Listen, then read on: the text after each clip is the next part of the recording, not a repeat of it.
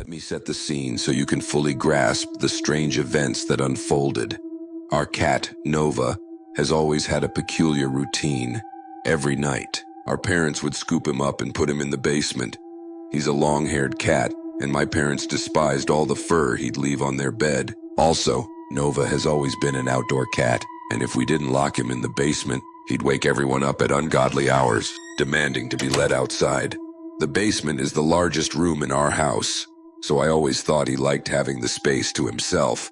About 2 weeks ago, though, he started behaving in a way that felt unsettling.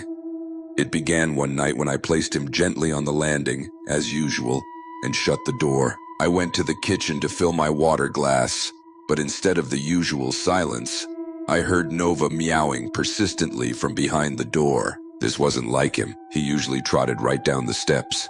I checked his dish, assuming it was empty, but it was full. I shrugged it off, put him back on the landing, and thought nothing more of it. The next 2 nights were even stranger. I'd put him on the landing, close the door, and start getting ready for bed, but he just wouldn't go downstairs.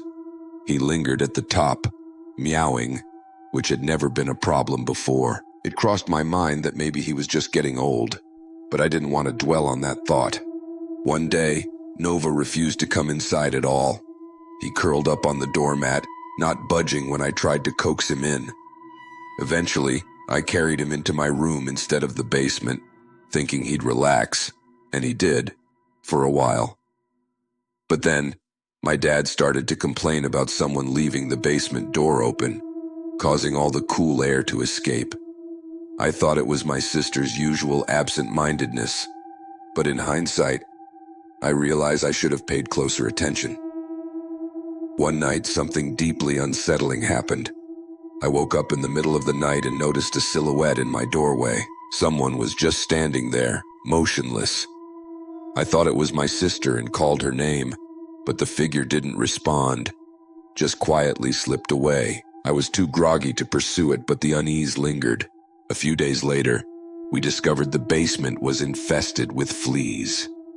Nova had refused to go down there, and now it all made sense, or at least we thought it did.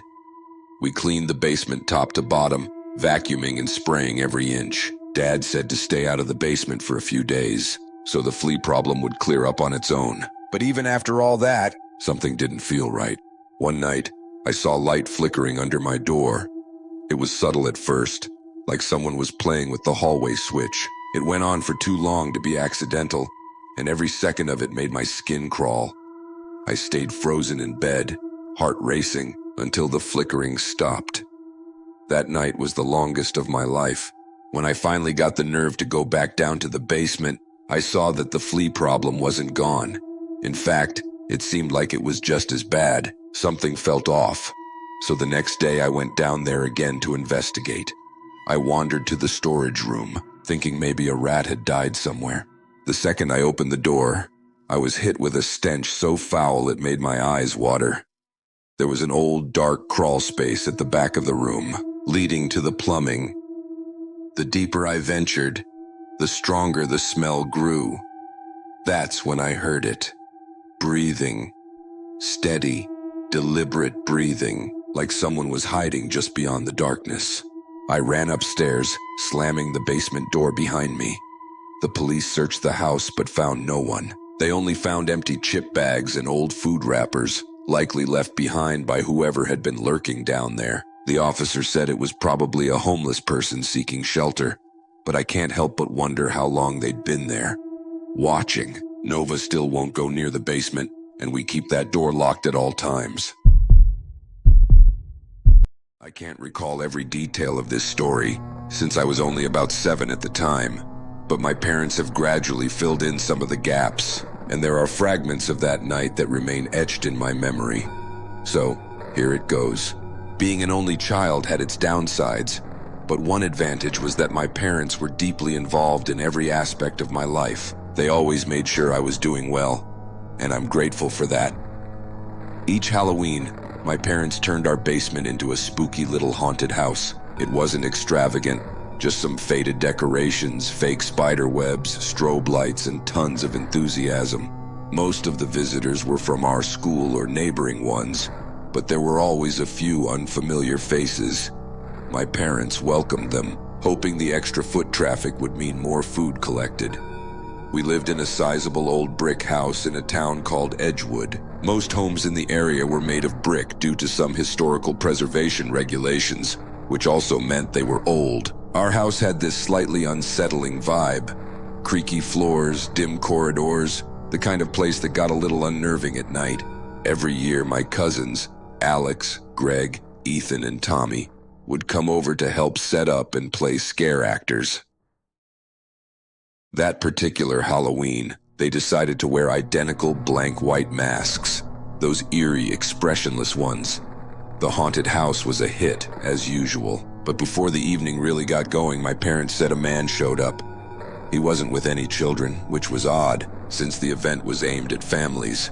He claimed his wife and daughter would come later and handed over some canned food. My parents didn't recognize him, but they didn't think much of it. As the crowd grew, things got chaotic. I was running around with my friends when one of them suddenly came up to me in tears, claiming someone in a white mask had grabbed her wrist and tried to pull her into a closet. I reassured her that it was just one of my cousins playing around, but her terrified expression made my stomach churn. I ran to find my parents and told them what she said. They took it seriously and checked with my cousins, but each of them denied doing anything like that. Then my dad noticed something strange. Tommy wasn't at his post. Moments later, Tommy came running down the stairs out of breath. He'd gone upstairs to use the bathroom, and when he got back, his mask was missing. He thought one of the others had taken it as a joke. Alarmed, my parents shut down the haunted house immediately and called the police, who searched the entire place. But of course, nothing was found. That night, I felt uneasy but managed to fall asleep quickly. Hours later, I woke up to a soft tapping on my bedroom window. It was a persistent knock, almost rhythmic. Paralyzed with fear, I stayed in bed, hoping it was just my imagination. Eventually, the tapping stopped, and I drifted back to sleep. But not for long. This time, a scratching noise jolted me awake. Sharp, insistent, as if someone was clawing at the window frame. I couldn't take it anymore. I bolted out of bed and yanked the curtains open. My heart leapt to my throat. Inches away, on the other side of the glass, was a person wearing one of those white masks. I screamed, and my parents rushed in, but by the time they looked, the person had vanished.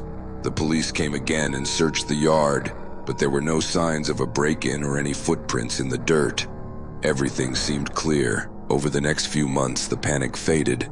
We moved on, the haunted house just a distant memory. But then, one day after school, I walked into my bedroom and found one of those white masks lying on my bed. It wasn't just any mask. It looked exactly like the ones my cousins had worn, except there was something scrawled on the forehead in black ink. My name. We called the police, but there was little they could do beyond filing a report. My parents upped our security measures, installing cameras and locking every window and door. They even put sensors on the upstairs windows. After that, nothing else happened, or at least, nothing we could prove. The following months were quiet, but I still swore I could hear tapping and scratching at my window late at night, probably just paranoia, but it was enough to keep me awake, clutching my sheets in fear. I'm older now and I've moved away from that house, but even after all these years, I can't help but wonder, was there more to what happened back then? I recently picked up a gig at a small diner in a nearby town. The area had a rough reputation, but I needed the cash, so I took the job without much hesitation. Nights seemed like a good shift, giving me the rest of the day to myself. The place was average. Nothing special, but the manager, Javier, made the job unsettling. He always gave me the worst hours and didn't seem too keen on following the rules. There was something off about him, like he was always hiding something. But desperate times call for desperate measures, and I stuck with it. One night, while closing up, I was scrubbing the kitchen floor when I heard it. Soft thumps and faint scraping sounds. They were barely audible, but unmistakable. The noises seemed to come from under the floor. I shook it off at first, thinking it could be the old building or maybe rats, but it kept happening, night after night, just as the place fell silent. I told Javier about it. He dismissed it with an annoyed shrug, telling me there wasn't even a basement. His response made me more curious, because I had noticed windows peeking out from beneath the back of the building. I wanted to confront him, but I held my tongue. I figured it was smarter to wait and see. The next night, the noises returned.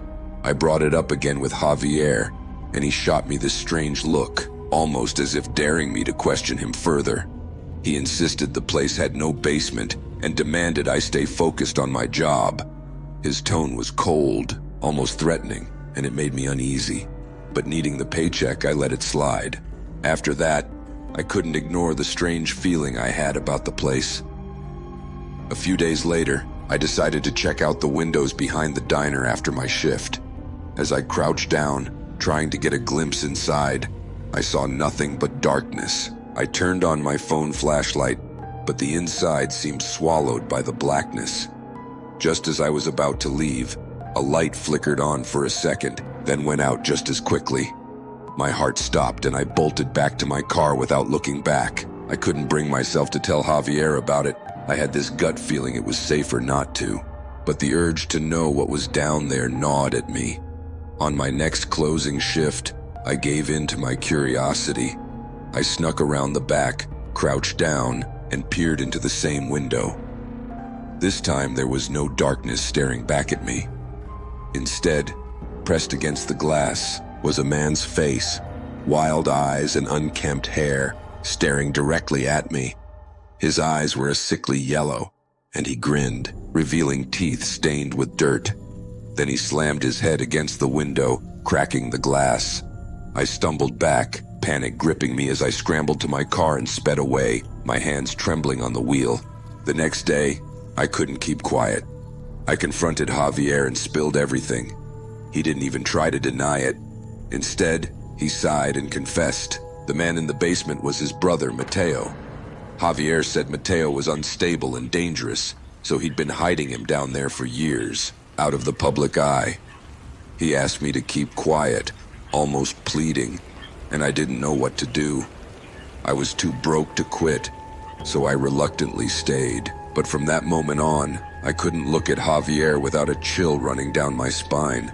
A few weeks later, after another late shift, something happened that pushed me over the edge. As I was walking to my car, I sensed movement near the edge of the parking lot. I tried to act like I hadn't noticed, but then I heard footsteps following me. I glanced over my shoulder and there he was, Mateo. He was staggering, almost limping, but moving quickly in my direction. I barely managed to unlock my car and dive inside before he reached me. He pounded on the window, his face twisted with anger and something else. Desperation? The glass smeared with sweat and grime as he pressed his face against it, grinning at me with that same unsettling smile. I drove off, not daring to look back. When I got home, I called the police and never returned to the diner. I didn't care what happened to Javier or his brother. I just wanted to put it all behind me. Still, every once in a while, I can't shake the feeling that Javier might come looking for me. Or worse, that Mateo might find his way out. I don't think I'll ever find out what became of them, and maybe it's better that way. Part of me wants to check on the place one last time, but another part knows I should just stay far, far away. If you enjoy unraveling mysteries and diving into the unknown, don't forget to subscribe. There's so much more to discover, and the next story might just be the one that keeps you up at night.